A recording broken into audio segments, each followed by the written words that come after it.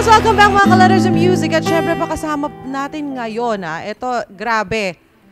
Batang-bata pa, pero talaga naman award-winning actor ng maituturing. Kaya naman huwag natin patagalin. Bukod sa napakagaling niyang umarte, napakagaling din niyang umawit na mamaya maririnig natin. Once again, let's welcome Miko Lauriente. Hello po. Hi Miko, welcome to Letters and Music. Thank you po. Una sa lahat, congratulations ha.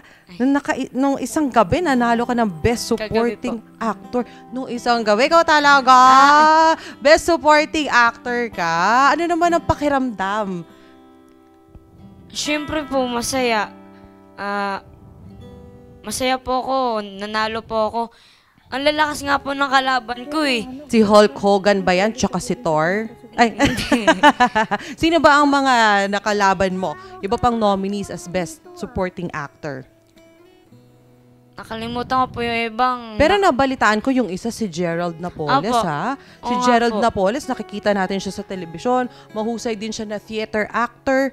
Isa nga siya ngayon si Tolit sa Rock of Ages. Napanood mo na yun? Hindi pa po. Naku, kailangan mapanood mo yun. Mag-e-enjoy ka doon. Pero syempre, di ba? Ang lalaki na ng mga kalaban mo. Pero ikaw, sa murang edad, talaga naman nagwagi ka na ng Best Supporting Actor. Ano bang paghahanda ang ginawa mo dito? Pero bago ang lahat, ang napanalunan po niya, mula po ito sa pelikulang Pitong Kabang Palay.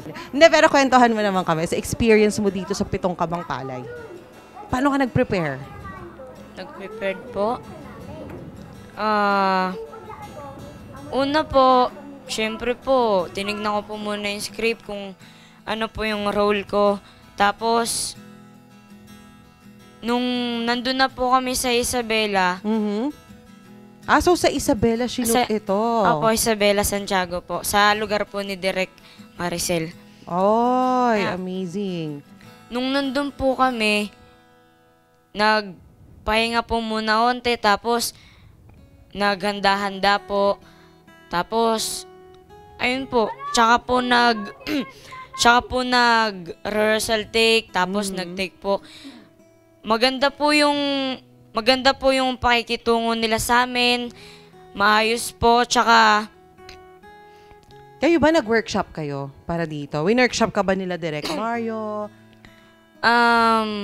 ako po hindi po. Wow, talaga. Si Inigo po yung win-workshop. Talaga naman. Talagang natural na natural sa'yo yung pag-arte. Kanino ba naman na yan? Ewan ko po. Talagang natural talaga, no? Talaga nung baby ka pa lang, dream mo na maging artista? Opo. Baby, ilang months pala. Pero ito naman, I'm sure ongoing pa rin, napalabas pa rin ng Pitong Kabang Palay. Na ilang awards yung napanalunan nyo? Parang 6 na awards ang napanalunan ng Pitong Kabang Palay. Grabe, hinakot nyo. Hindi kayo nag-share. Nag-share naman po. Nag-share naman. O, di ba? Ibig sabihin, ganun talaga kaganda yung pelikula na dapat mapanood ng ating mga ka-Letters in Music. Ito, kailan ba ito mapapanood? Saan ba showing?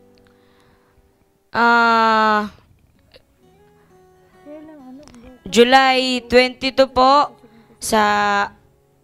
Actually, nakapost naman sa ating, ito nasa screen po, yung schedule ng showing. Kaya naman, abangan ninyo yan. Ito bang Pitong Kabang Palay, meron ding Facebook fan page? Opo. Ayun, for sure, nakapost din yun doon. Ano bang Facebook fan page ng Pitong Kabang Palay?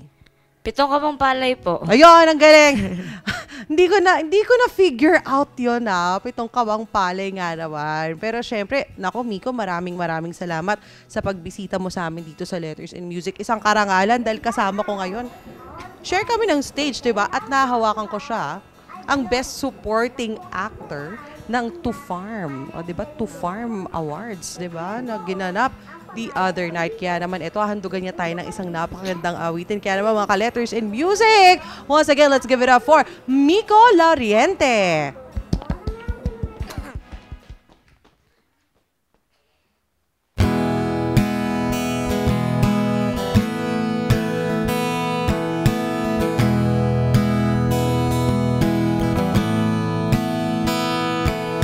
Apat na buwan mula nang ika'y masilayan, minasdan habang nasa di kalayuan. Puso ko'y masaya na kahit abot tanaw lamang kita. Apat na buwan kang hinangaan, magan kahit sandali man lamang. May ko'y kumpleto na kahit abot tanaw lamang kita. Kung mataglagas ay mayroong tagsibol at ang tagaraw ay mayroong tagulang.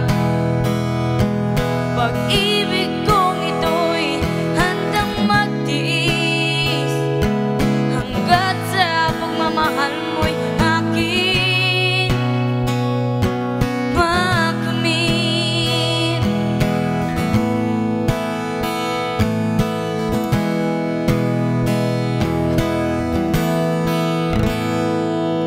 Apat na buwan kang inalagaan, pagkatapos ikaw naman ay nilisan.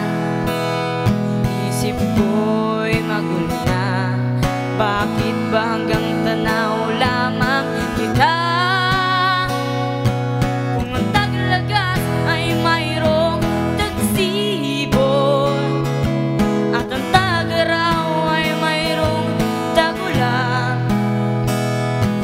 Pag-ibig kong ito'y handang magtiis hanggat sa pagmamahal mo'y akin. Antayin panahon ng iyong pagbabalik, linggo, buwan o taon. Basta ako'y nandito lamang, saan dako mo ako iniwan. Kung taglagas ay mayroong tagsibol at ang tagaraw ay mayroong tagulang. Pag-ibig kong ito'y handang magtiis hanggat sa pagmamahal mo'y